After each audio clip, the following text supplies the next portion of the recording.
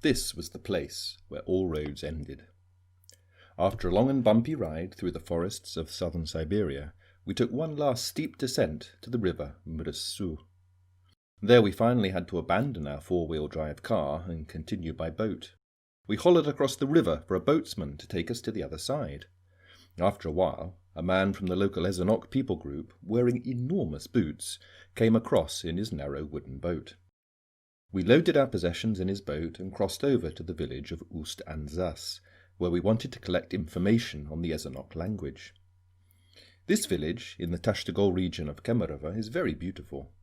The 190 inhabitants still speak the Turkic language of Ezonok.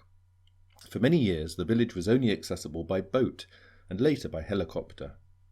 2 villages further upriver are still only accessible by boat during the summer and on horseback or foot over the ice in the winter.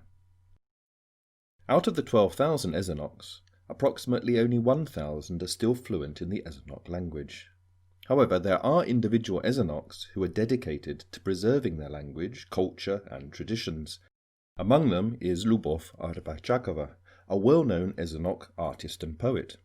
She also founded a local society to encourage the revival of the Ezonok language and folklore.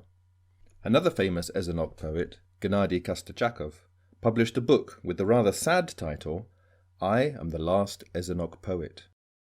Today, the Ezonoks grapple with many problems, such as low life expectancy and low birth rates, due to the widespread alcoholism and other factors.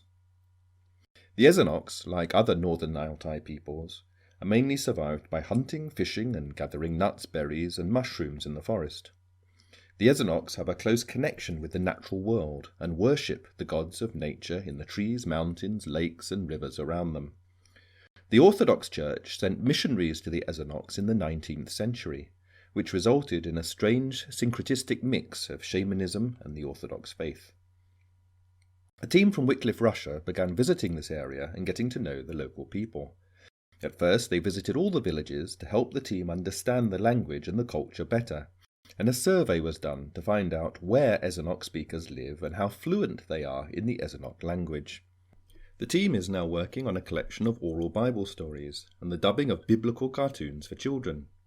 Some Ezonoks who want to promote their language have already expressed an interest in using these in schools and clubs where children are learning the Ezonok language.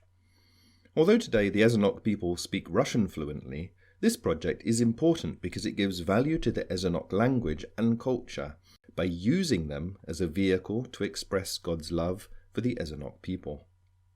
A Russian Orthodox priest who has learnt some Ezonok and is building a church in Ust-Anzas suggested that we find an Ezonok storyteller to tell Bible stories in the traditional style. In the past, these storytellers performed heroic tales by a fire, playing an Ezonok traditional instrument. An Ezonok storyteller sharing Bible stories could bring new hope to a people struggling with alcoholism and depression and the loss of their culture.